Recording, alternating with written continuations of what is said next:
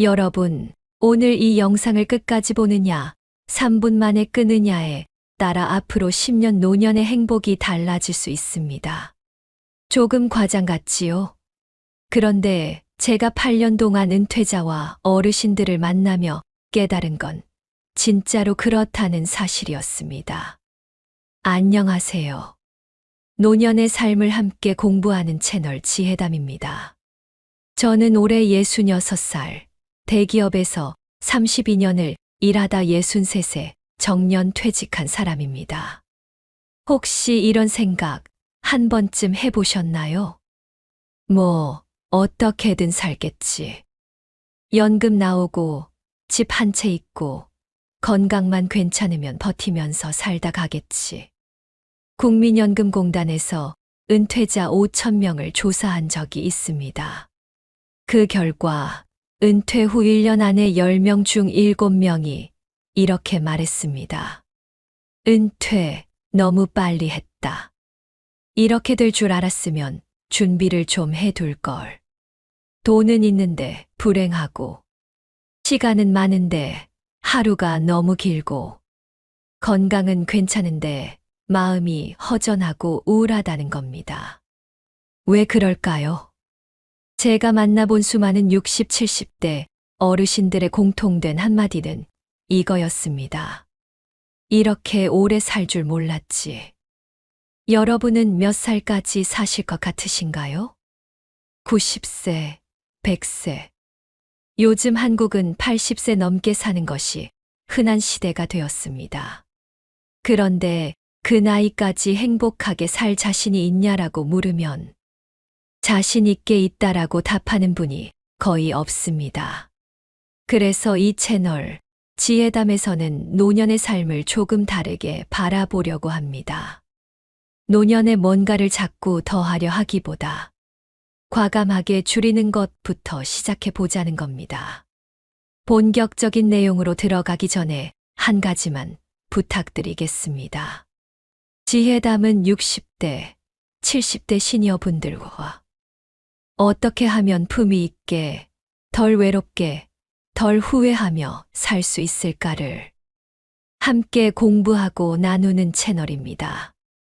앞으로도 노년의 돈, 건강, 집, 관계, 마음에 대한 검증된 이야기와 실제 사례들을 계속 올릴 예정이니 지금 구독과 좋아요 한번 눌러주시면 여러분의 노후 공부에 큰 힘이 될 것입니다. 한번 눌러두시면 앞으로 올라오는 영상들도 놓치지 않고 보실 수 있습니다. 이제 제 이야기를 조금 들려드리겠습니다. 저는 58세가 되던 해에 회사에서 후배가 장난처럼 던진 한마디에 크게 충격을 받았습니다. 부장님, 한 3년 뒤면 은퇴시잖아요. 은퇴하면 뭐 하고 사실 거예요? 그때 저는 대답을 못했습니다. 그냥 좀 쉬다가 여행도 다니고.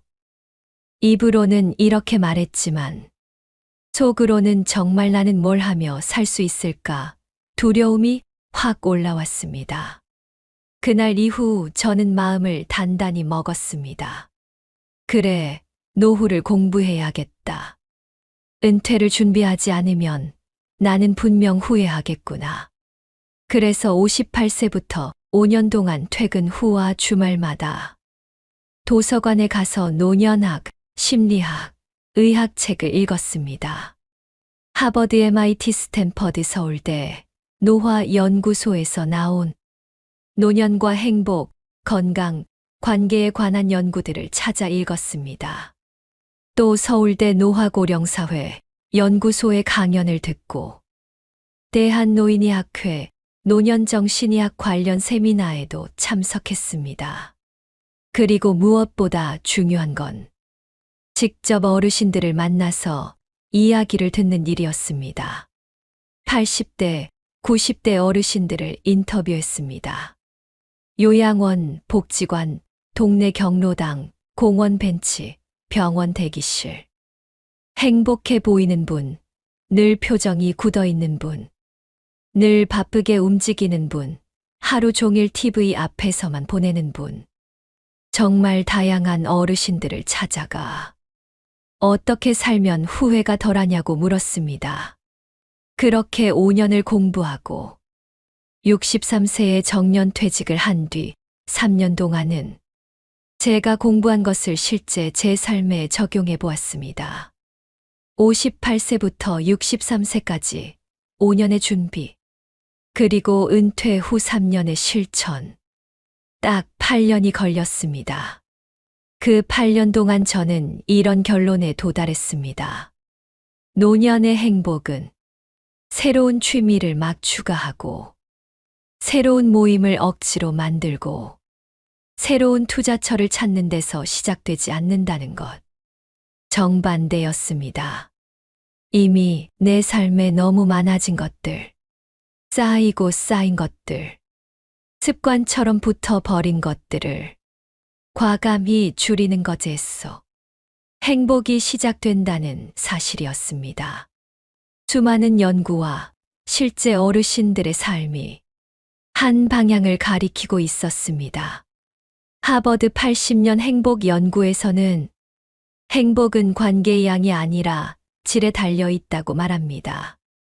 사람이 많다고 외로움이 사라지는 것이 아니라 나를 진짜로 이해해주는 몇 사람과의 관계가 삶의 만족도를 결정한다는 거죠. 스탠퍼드와 코넬의 경제심리학 연구에서는 돈을 물건에 쓸 때보다 경험에 쓸 때 행복이 훨씬 커진다고 말합니다. 집에 물건만 늘어나는 소비가 아니라 좋은 사람과의 식사, 여행, 새로운 배움에 쓰는 돈이 노년의 삶을 풍성하게 해줍니다. 한국영양학회와 해외 여러 영양연구에서는 노년기의 단백질 부족이 근육, 면역력, 인지 기능까지 무너뜨리는 조용하지만 위험한 적이라는 걸 보여줍니다. 서울대와 UCLA 심리학 연구는 노년기에 갈등이 많아지는 가장 큰 이유 중 하나가 말이 많아지는 뇌 변화라는 점을 밝혔습니다. 과거 이야기, 훈수, 잔소리가 많아지면서 자기도 모르게 주변 사람들과 부딪히게 되는 것이지요. 미국 NIH의 20년 연구는 하루 대부분을 앉아서 보내는 시간이 사망률을 크게 높인다는 결과를 보여주었습니다. 많이 움직이는 것이 약보다 강력한 생활 처방전이라는 겁니다. 그리고 MIT, 옥스퍼드의 행복 연구들은 끊임없이 남과 자신을 비교하는 습관이 우울과 불행의 가장 큰 씨앗이 된다고 말합니다. 제가 만난 행복한 어르신들도 똑같은 이야기를 들려주었습니다. 사람 줄이고, 욕심 줄이고, 말 줄이고, 앉아있는 시간 줄이니까 몸이 가벼워지고 마음이 편안해지더라고. 그래서 오늘 이 영상에서는 제가 8년 동안 직접 공부하고 실천해 본 것, 그리고 세계적인 연구와 실제 어르신들의 삶이 공통적으로 가리키고 있는 결론을 6가지로 정리해 드리려고 합니다. 노년에 반드시 줄여야 할 5가지. 첫째, 불필요한 관계. 둘째, 끝없는 욕심. 셋째, 잘못된 식습관. 넷째, 많아진 말. 다섯째, 앉아있는 시간. 그리고 이 5가지의 뿌리이자 가장 근본적인 6번째, 바로 비교하는 마음을 줄이는 법까지 함께 이야기해 보겠습니다. 하지만 이 영상은 좋은 말 들었다 하고 끝나는 조언 영상이 아닙니다. 여러분이 실제로 오늘 하루를 다르게 보내고 한 달 뒤 거울 앞에 선 내 모습을 조금 더 좋아하게 되고 1년 뒤 그래도 잘 버티고 잘 살아냈다. 스스로를 토닥여 줄 수 있도록 돕는 행동 영상입니다. 그래서 마지막에는 누구나 당장 오늘부터 시작할 수 있는 아주 구체적인 실천 루틴도 드리려고 합니다. 아침에 10분만 걷기. 한 달에 한 번 연락처 정리하기. 물건 대신 경험에 돈 쓰기. 하루 식단에서 단백질 한 번 체크하기. 30분에 한 번씩 자리에서 일어나기. 잠들기 전 감사 일기 한 줄 쓰기. 거창한 변화가 아니라 지금의 나에게 무리 되지 않는 작은 줄임으로 완전히 다른 1년 후의 나를 만드는 방법을 차근차근 풀어드리겠습니다. 그러니 지금 이 순간 마음속으로 이렇게 한번 다짐해 보시면 좋겠습니다. 오늘부터 딱 하나만이라도 줄여보자. 다이어트도 아니고 거창한 목표도 아닙니다. 그저 내 노년을 위해 하나만 덜어내 보겠다는 작은 결심입니다. 현관문만 나가서 10분만 걸어도 좋고, 굳이 보고 싶지 않은 사람 한 명에게 연락하지 않는 것으로 시작해도 좋습니다. 작은 줄임 하나가 앞으로의 10년, 20년을 바꿀 수 있습니다. 이제부터 그 6가지 줄임 전략을 하나씩 차분히 풀어보겠습니다. 먼저, 노년에 가장 먼저 줄여야 할 것. 바로 불필요한 관계, 이야기부터 시작해 보겠습니다. 노년에 가장 먼저 줄여야 할 것. 바로 불필요한 관계입니다. 사람은 많을수록 좋다고 생각하는 시절이 있습니다. 40대, 50대까지는 그렇습니다. 회식, 모임, 동창회, 단체 카톡. 사람 속에 있어야 외롭지 않다고. 사람이 많아야 인맥이고 힘이라고 믿었던 때가 분명히 있었지요. 하지만 60대를 넘어가면 이야기가 다릅니다. 이 시기부터는 사람이 많아서 문제인 경우가 훨씬 더 많습니다. 저는 은퇴한 뒤 1년 동안 연락처에서 숫자 700개가 넘는 이름들을 하나하나 다시 들여다봤습니다. 그중 80%는 사실상 연락이 끊긴 사람들이었습니다. 어쩌다 한 번 지나가듯 만났던 사람, 예전에 일이 있어 잠깐 도움 주고받던 사람, 이제는 서로의 근황도 모르는 사람들. 딱히 미워서가 아니라 그냥 인생이 서로 다른 길로 흐른 것이지요. 그런데 참 이상한 것이 있습니다. 이런 관계들도 왜 그렇게 계속 들고 있었을까요? 번호만 가지고 있어도 마치 내가 더 연결되어 있는 사람처럼 헛된 안정감을 느끼고 있었던 겁니다.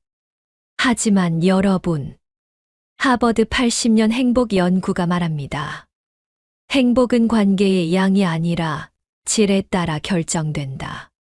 나를 진심으로 생각해 주는 한두 명, 연락하면 반가워하는 3-4명, 이 몇 명이면 충분하다는 뜻입니다. 그에 비해 나를 지치게 하는 관계, 부담만 주는 관계, 자꾸 비교하게 만드는 관계, 스트레스만 남기는 관계는 노년의 삶을 무너뜨리는데 큰 역할을 합니다.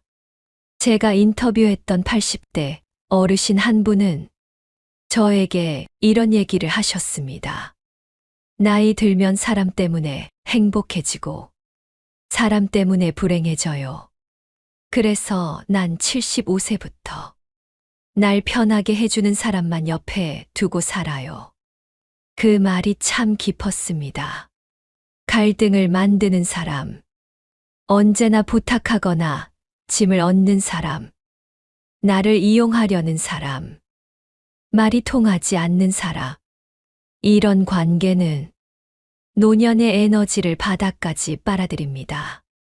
60대 이후의 인생은 버티는 체력이 아니라 편안함이 가장 큰 자산이 됩니다. 그리고 그 편안함은 사람을 줄일 때 찾아옵니다. 저도 은퇴 직후에는 사람을 줄이는 것이 참 불안했습니다. 혹시 나만 뒤처지는 건 아닐까? 이러다가 정말 혼자가 되는 건 아닐까?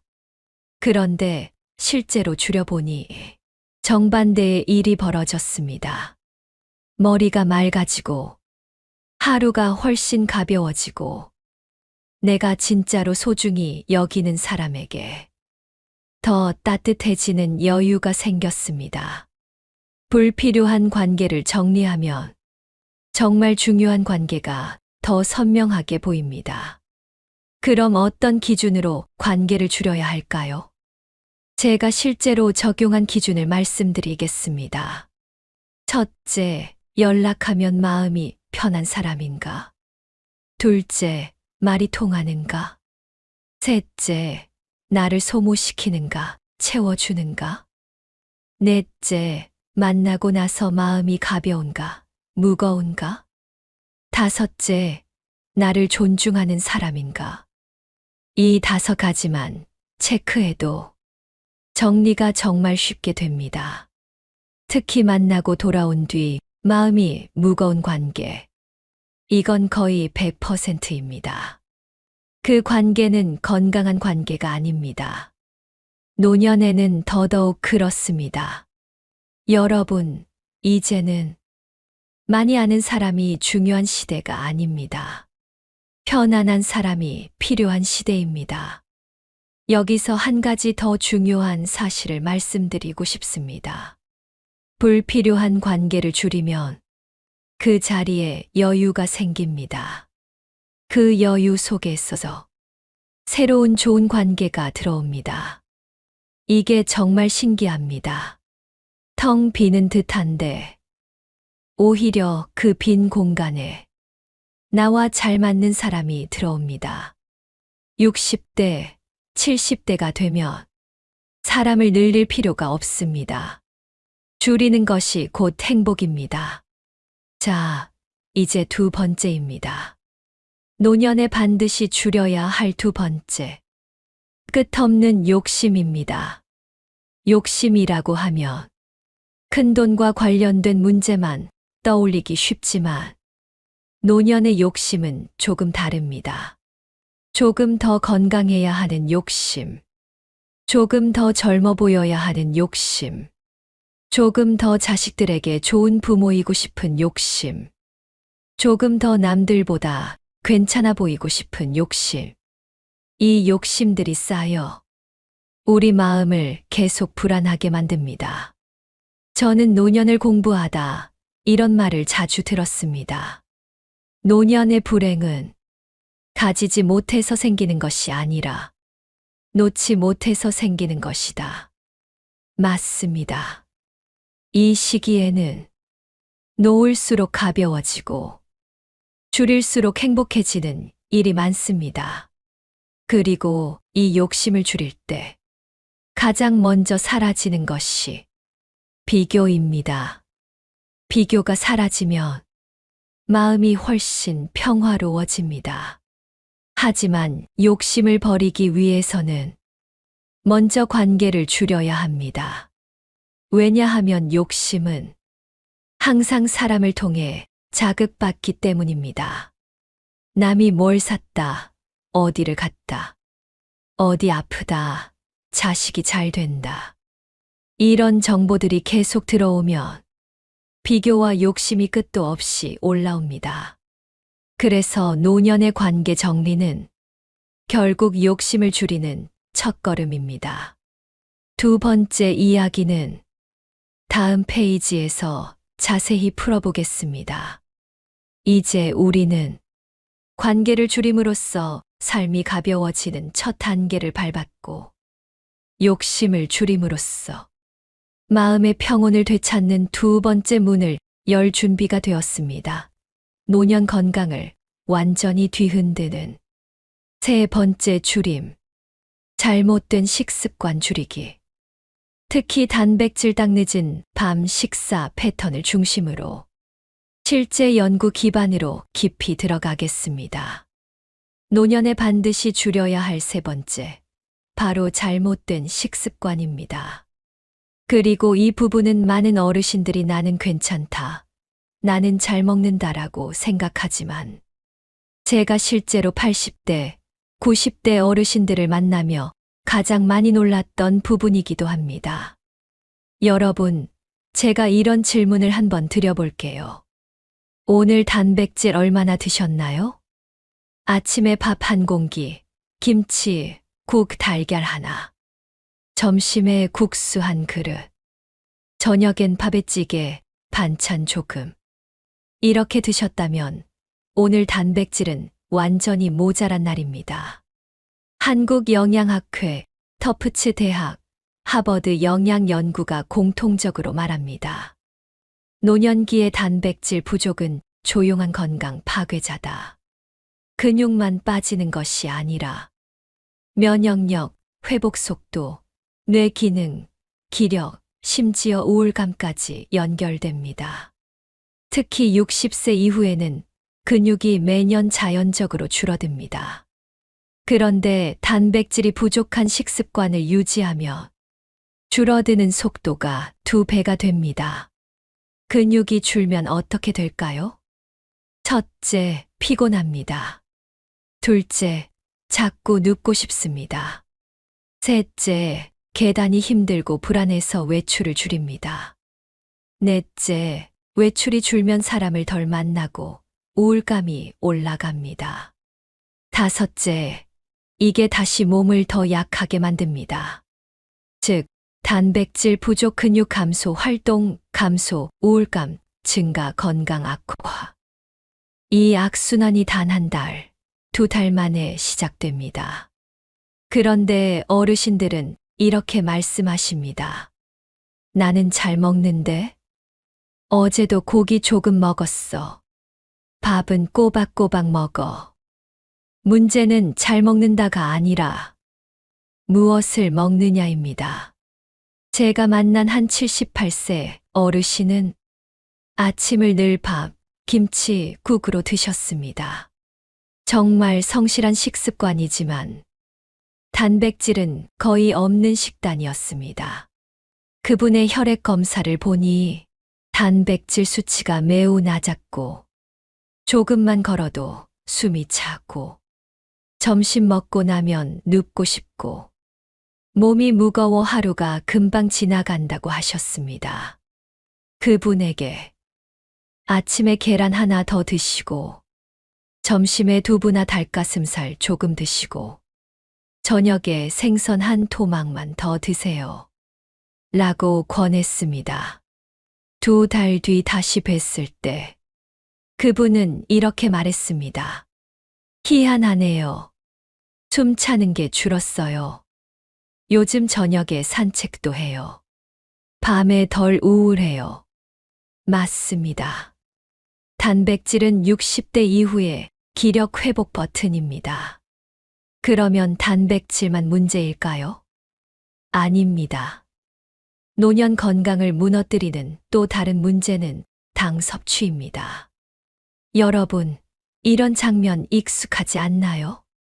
저녁 먹고 나서 과일 한 접시, TV 보면서 과자 조금, 밤에 출출해서 떡 하나, 잠들기 전에 주전부리 조금. 어르신들이 나는 단 것 안 좋아해라고 말하면서도 과일, 떡, 과자, 식혜빵을 많이 드십니다. 과일도 많이 드시면 당입니다. 당분이 많아지면 혈당 스파이크가 생깁니다. 즉, 갑자기 혈당이 올라갔다 내려가는 현상이 반복됩니다. 이게 왜 무섭냐면 혈당이 확 내려가는 순간 기력이 쭉 빠지고 불안하고 짜증이 나고 과식을 하고 또 당이 당겨서 먹게 되고 밤에 수면이 깨지고 아침에 피곤하게 일어나게 됩니다. 당 섭취는 우리의 기분, 수면 에너지를 모두 흔드는 가장 강력한 요인입니다. 그래서 노년 식습관에서 반드시 줄여야 할 것은 단백질 부족, 당 과다 섭취, 늦은 밥 먹는 습관, 이 3가지입니다. 특히 늦은 밥 먹는 습관은 70대 이후 건강에 정말 치명적입니다. 간이 회복할 시간을 주지 않으면 피로가 쌓이고 면역력이 떨어지고 새벽에 자꾸 깨게 됩니다. 대부분은 낡은 습관 때문입니다.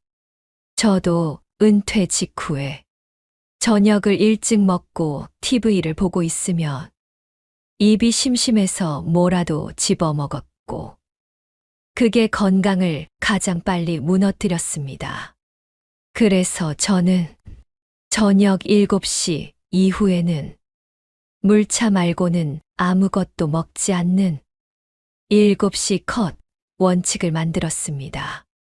처음엔 너무 힘들었지만 3주가 지나니 야식 생각이 자연스럽게 사라졌습니다. 그리고 놀라운 변화가 일어났습니다. 아침에 눈이 가볍게 떠지는 기분을 정말 오랜만에 느꼈습니다. 몸이 덜 부었고 밤에 화장실 가는 횟수가 줄었고 기운이 돌아오는 느낌이 들었습니다. 먹는 양을 줄인 게 아니라 먹는 시간을 줄인 것만으로도 몸이 이렇게 달라진다는 걸 몸으로 느꼈습니다. 여러분, 노년의 식습관은 더 먹는 것이 아니라 덜 먹는 것, 줄이는 것에서 시작해야 합니다. 그리고 꼭 기억해 두시면 좋겠습니다. 노년에는 식습관이 고지약이다. 우리가 먹는 것이 하루의 기분, 체력, 생각, 움직임, 관계, 외출 여부까지 모두 바꿉니다. 이제 3번째 줄임, 즉 잘못된 식습관 줄이기를 정리해 보겠습니다. 첫째, 단백질을 늘리고 당을 줄여라. 둘째, 과일과 주전부리는 조금만으로 줄여라. 셋째, 7시 이후 먹는 습관을 반드시 줄여라. 넷째, 늦은 밤 간식은 마음과 몸을 모두 지치게 한다. 다섯째, 식습관을 바꾸면 기력이 살아나고 외출이 쉬워진다. 자, 이제 4번째 줄임으로 넘어가겠습니다. 노년에 반드시 줄여야 할 것. 말을 줄이는 것입니다. 많은 분들이 예상하지 못하지만 이 부분이 실제 인간관계, 갈등, 스트레스, 심지어 우울감까지 바꾸는 매우 중요한 요소입니다. 이제 노년에 반드시 줄여야 할 4번째, 말을 줄이는 것에 대해 이야기해 보겠습니다. 사람이 나이가 들면 자연스럽게 말이 많아진다는 사실 알고 계셨나요? 이건 단순한 성격 문제가 아닙니다. 서울대 UCLA 공동연구에서 밝혀진 내용인데요. 60대 후반부터는 뇌의 억제 기능이 조금씩 약해지기 때문에 생각이 떠오르면 바로 말로 나오는 경향이 강해진다고 합니다. 즉, 말하고 싶어서가 아니라 말이 튀어나오는 것에 가깝습니다.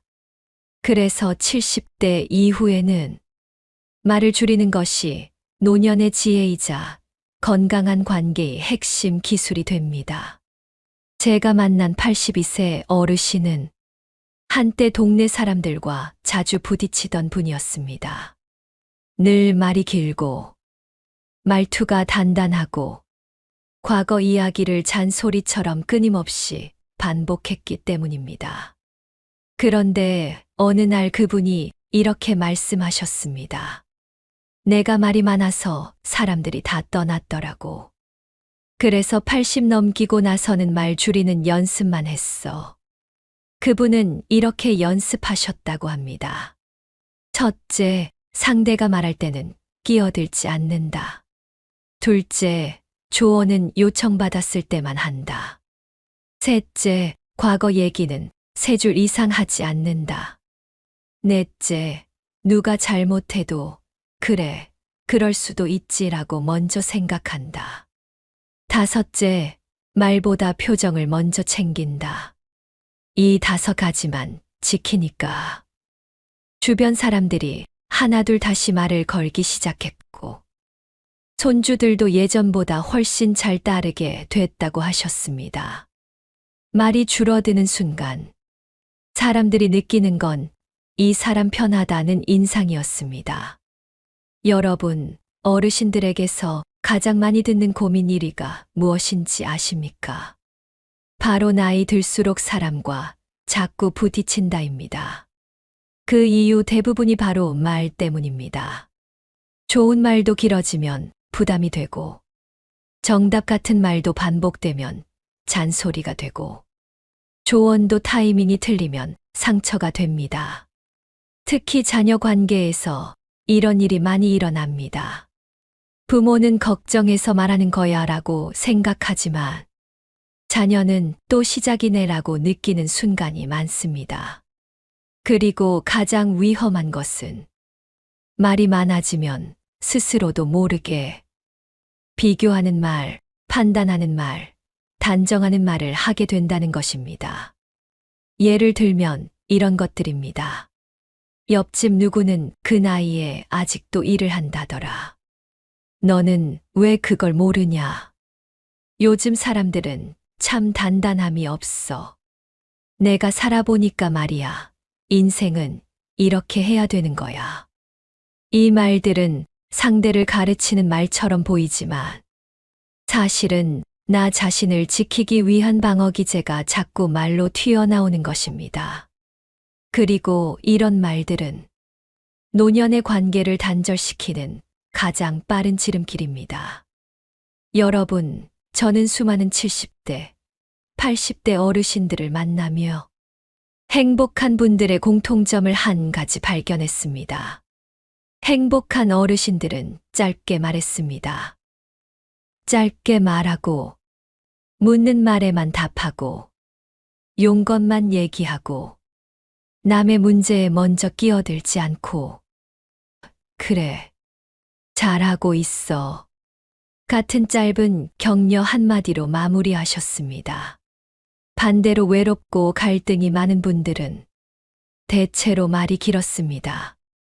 설명이 길고, 항상 본인의 경험을 앞세우고, 가족의 선택을 통제하려 하고, 자신의 생각이 정답이라는 듯 말하곤 했습니다.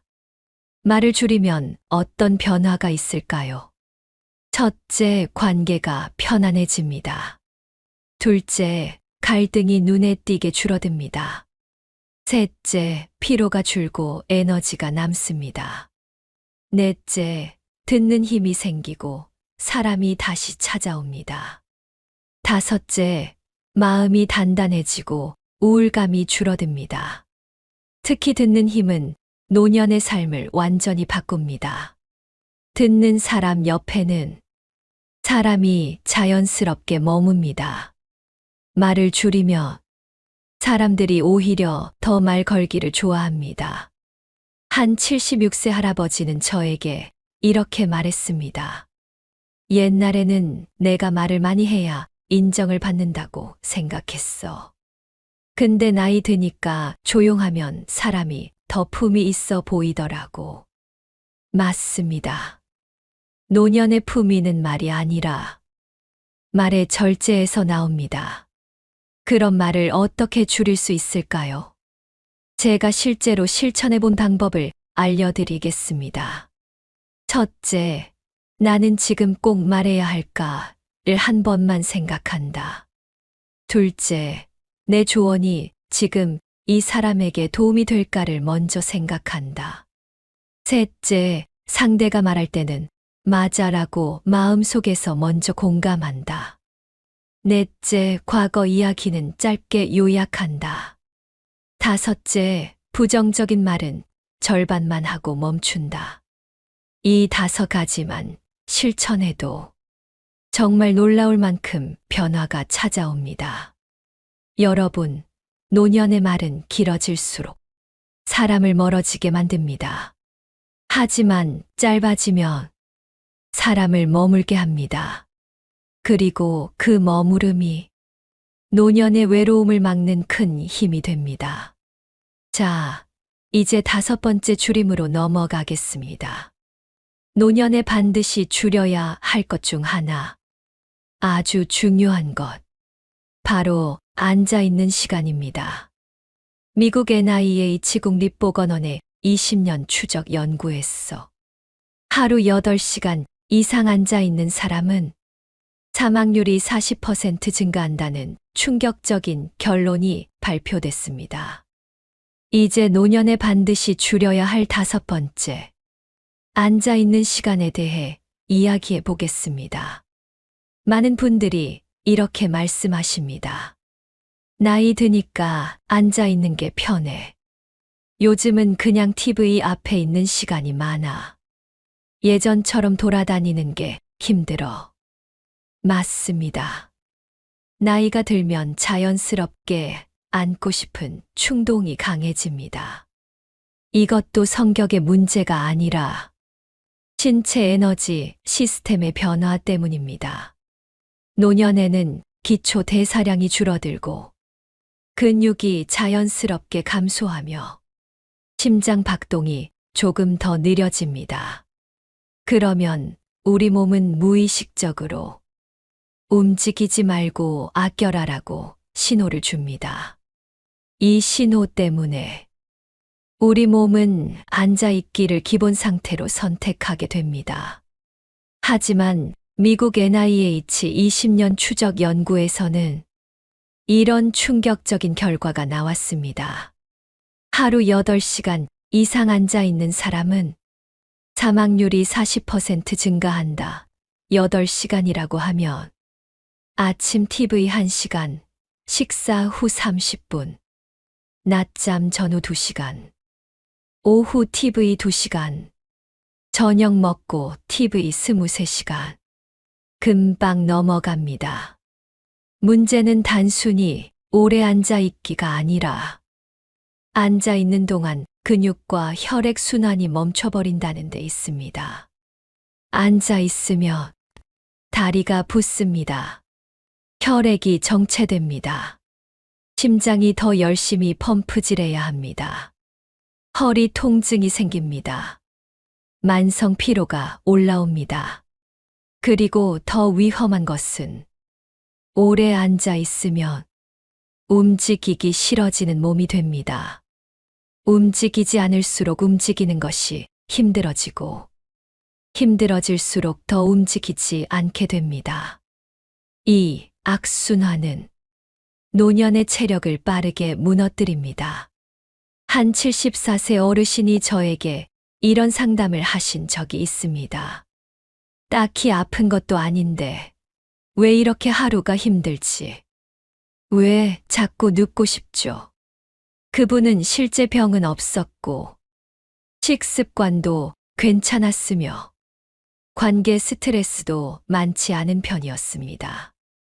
그런데 제가 하루 일과를 들어보니 아침에 1시간 TV, 점심 먹고 40분 TV, 오후에 2시간 TV, 저녁 먹고 TV 3시간, 하루 7, 8시간 이상 거의 앉아 계셨습니다.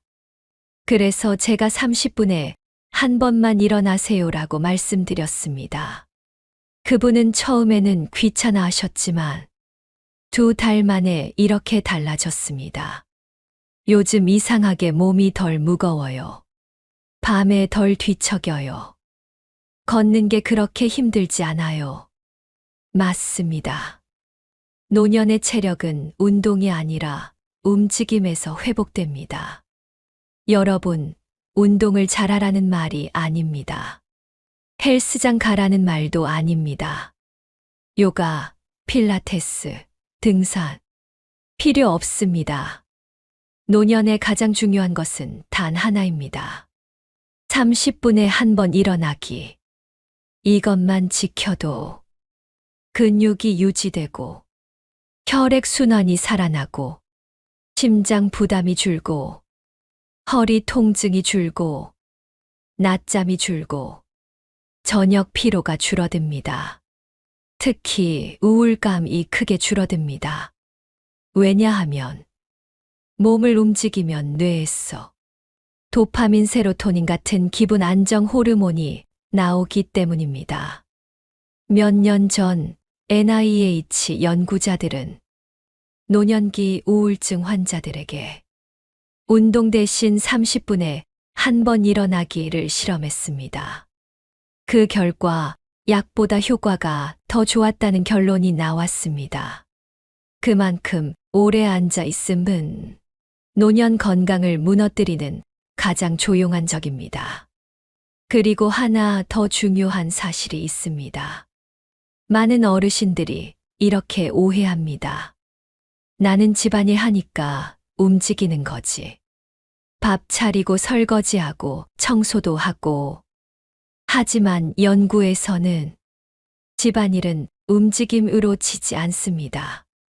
왜냐하면 대부분 짧게 움직이고 오래 앉기 때문입니다. 즉, 움직임의 연속성이 없기 때문입니다. 그래서 저는 생활 움직임을 추천드립니다. 아침에 10분 걷기, 설거지하면서 발 뒤꿈치 들기, 양치할 때 다리 바꿔 서기, TV 광고 나올 때마다 일어나기, 전화 통화는 서서 하기, 잠들기 전에 2번만 집안을 돌기. 이런 작은 움직임들은 노년의 몸을 살리는 움직임입니다. 여러분, 기억하시면 좋겠습니다. 노년의 생명력은 근육에서 나온다. 근육이 움직일 때 뇌가 깨어나고 기분이 좋아지고 허리가 버티고 심장이 편해지고 외출이 쉬워지고 관계가 살아나고 삶의 속도가 완전히 달라집니다. 앉아 있는 시간을 줄이는 건 결국 살고 싶은 마음을 깨우는 일입니다. 자, 이제 6번째이자 가장 근본적인 줄임으로 넘어가겠습니다.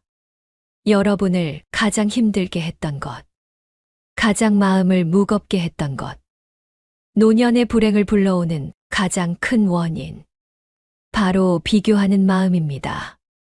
지금까지 말씀드린 모든 줄임의 뿌리라고 할 수 있는 이야기입니다. 노년에 반드시 줄여야 할 마지막 한 가지, 바로 비교하는 마음입니다. 저는 은퇴 후 3년 동안 수많은 어르신들을 만나면서 행복한 분들과 그렇지 않은 분들의 가장 큰 차이를 정확히 하나로 압축할 수 있었습니다. 그 차이는 바로 남과 비교하느냐, 안 하느냐였습니다. MIT와 옥스퍼드 행복 연구에서도 이 결론을 명확하게 말합니다. 불행은 비교에서 시작된다. 특히 60세 이후의 비교는 젊을 때보다 훨씬 더 크게 작용하는데, 그 이유는 노년의 삶이 안정성과 자기 만족에 의존하기 때문입니다. 60대까지는 그래, 나도 노력하면 언젠간 가능하겠지라는 희망이 있지만 70세가 넘어가면 이미 자신이 이룬 결과와 지금의 위치가 거의 확정됩니다. 그러다 보니 남의 삶과 비교하는 순간 그 비교는 바로 내가 놓친 것, 내가 못한 것, 내가 가진 것의 부족함, 이렇게 마음에 바로 상처로 박힙니다. 제가 만난 한 72세 어르신은 매일 아침 동네 카페에서 신문을 읽으며 시작하셨는데, 신문보다도 주변 테이블의 사람들이 무엇을 이야기하는지 더 신경을 쓰셨습니다. 저 사람은 아들이 대기업 다닌대. 저분은 손주가 둘이라던데. 저 집은 이번에 해외여행 갔다 왔다네. 말은 안 했지만 속으로는 이런 비교가 계속 올라온 거죠. 그분의 하루는 이렇게 시작됐습니다.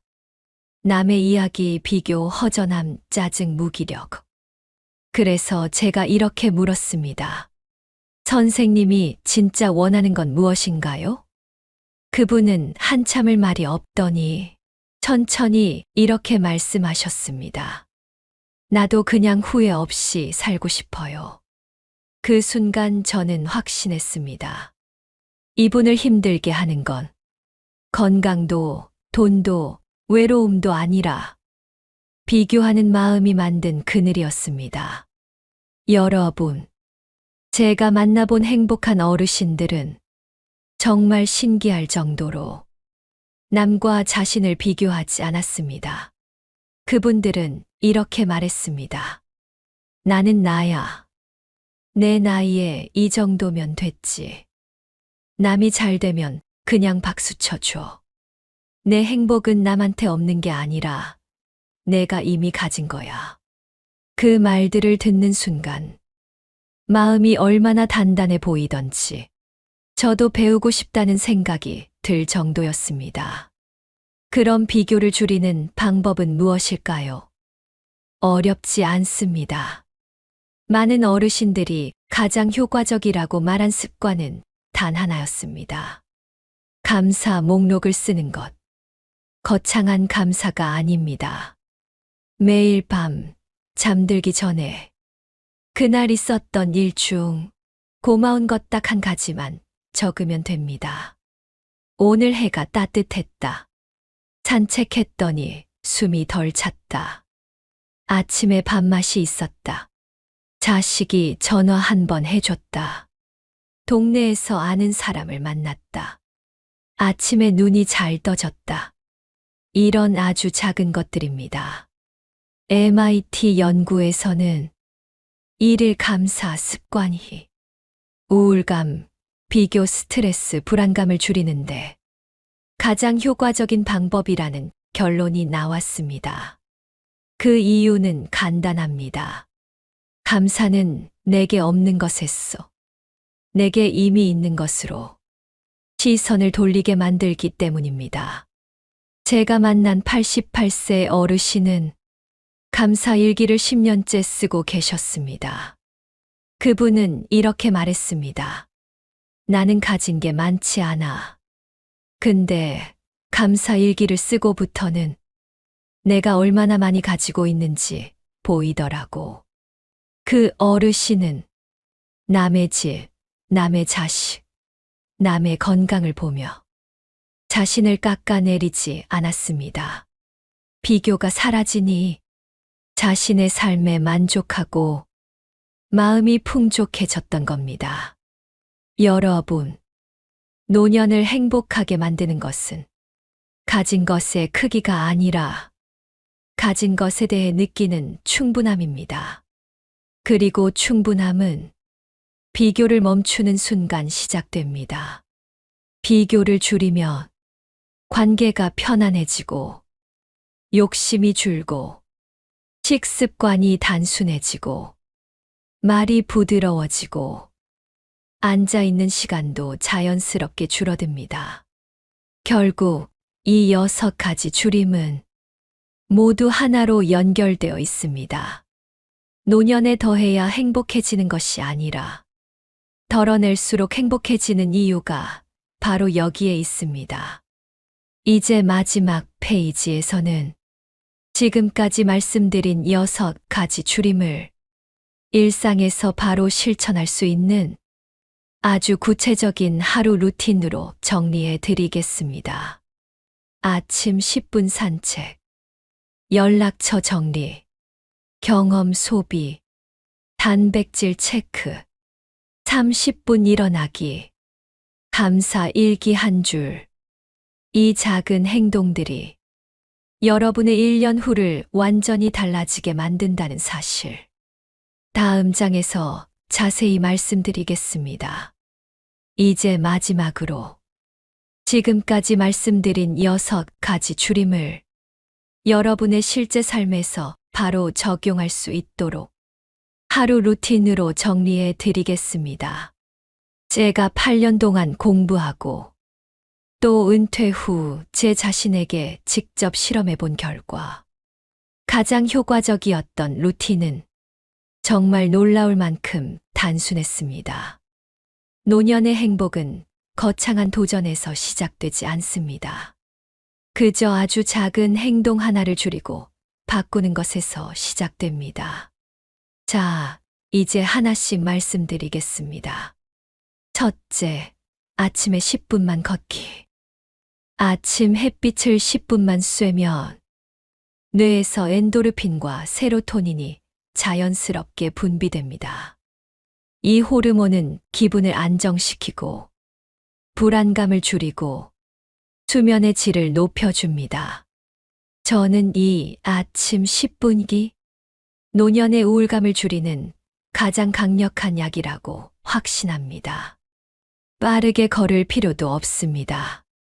동네 한 바퀴 산책하거나 동네 슈퍼까지 다녀오는 정도면 충분합니다. 아침에 몸이 깨어나는 순간 하루 전체가 달라집니다. 둘째, 한 달에 한 번 연락처 정리하기. 불필요한 관계는 물리적으로 만나지 않아도 연락처에만 있어도 마음을 무겁게 만듭니다. 한 달에 한 번만 연락처 목록을 훑어보면서 이 질문을 스스로에게 던져보세요. 이 사람과 연락하면 마음이 편한가? 만나면 따뜻해지는가? 아니면 지치게 되는가? 단 두 사람만 정리해도 다음 날 마음이 훨씬 가벼워지는 걸 느끼실 것입니다. 관계를 줄이면 남은 관계의 소중함이 더 선명하게 보입니다. 셋째, 물건보다 경험에 돈 쓰기. 스탠퍼드 코넬 연구가 말하듯 노년의 행복은 물건이 아니라 경험에서 나옵니다. 좋아하는 사람과 식사, 동네 문화센터 강좌, 작은 여행, 함께 걷는 산책, 배움의 순간, 이런 경험들이 기억을 만들고 마음을 따뜻하게 채워줍니다. 물건은 집 안을 채우지만 경험은 마음을 채웁니다. 넷째, 하루 한 번 단백질 체크. 오늘 단백질을 얼마나 먹었는지 한 번만 떠올려 보세요. 달걀 하나, 두부 반모, 닭가슴살 조금, 생선 한 토마, 여기서 2개만 먹어도 하루 기력이 완전히 달라집니다. 단백질은 노년의 에너지 스위치입니다. 이 스위치를 켜는 순간 계단이 덜 힘들고 걷기가 쉬워지고 마음이 덜 무거워집니다. 다섯째, 30분에 한 번 일어나기. 앉아서 TV를 본다면 광고 나올 때마다 일어나 보세요. 물 한 컵 떠오거나 창문을 열거나 집안을 한 번만 돌면 됩니다. 이 작은 행동이 혈액순환을 깨우고 심장을 가볍게 하고 몸의 피로를 줄여줍니다. 노년 건강의 80%는 움직이는 시간이 아니라 앉아있는 시간을 줄이는 것에서 결정됩니다. 여섯째, 잠들기 전 감사 일기 한 줄. 그날 있었던 일 중 고마운 것 한 가지를 적어보세요. 오늘 햇살이 좋았다. 걷는 게 어제보다 쉬웠다. 따뜻한 국물을 먹었다. 전화 한 통이 반가웠다. 감사는 비교를 잠재우고 부족함을 멈추고 충분함을 키우는 마음의 조절 장치입니다. 감사 한 줄이 하루의 끝을 따뜻하게 덮어줍니다. 이 6가지를 모두 하라는 게 아닙니다. 여러분께 꼭 드리고 싶은 말은 이것입니다. 오늘부터 딱 하나만 줄이세요. 욕심 내지 않아도 됩니다. 무리할 필요도 없습니다. 지금의 나에게 맞는 것 하나만 고르세요. 아침 10분 걷기, 연락처 2개만 지우기, 단백질 추가하기, TV보다 먼저 일어나기, 말 한마디 줄이기, 비교하는 생각 멈추기. 어떤 것 하나라도 좋습니다. 단 하나만 줄여도 한 달 뒤에 몸과 마음이 바뀝니다. 그리고 1년 뒤, 지금보다 훨씬 가벼운 여러분이 거울 속에서 미소를 지을 겁니다. 여러분, 노년의 행복은 더하는 것이 아니라 덜어내는 데서 시작됩니다. 관계, 욕심, 식습관, 말, 앉아있는 시간, 비교. 이 6가지를 줄이면 몸이 가벼워지고 마음이 평온해지고 삶이 다시 살아납니다. 여러분이 지금 이 영상을 보고 계신 것, 그 자체가 이미 행동의 시작입니다. 지금부터는 아주 작은 실천이 여러분의 하루를 바꿀 것입니다. 지혜담은 60대, 70대 시니어분들이 품위 있고 후회 없고 단단한 노년을 살 수 있도록 검증된 정보와 실제 사례를 바탕으로 영상을 만들고 있습니다. 오늘 영상이 도움이 되셨다면 구독과 좋아요 한 번만 눌러주세요. 여러분의 노년을 지키는 든든한 친구가 되겠습니다. 다음 영상에서 뵙겠습니다. 감사합니다.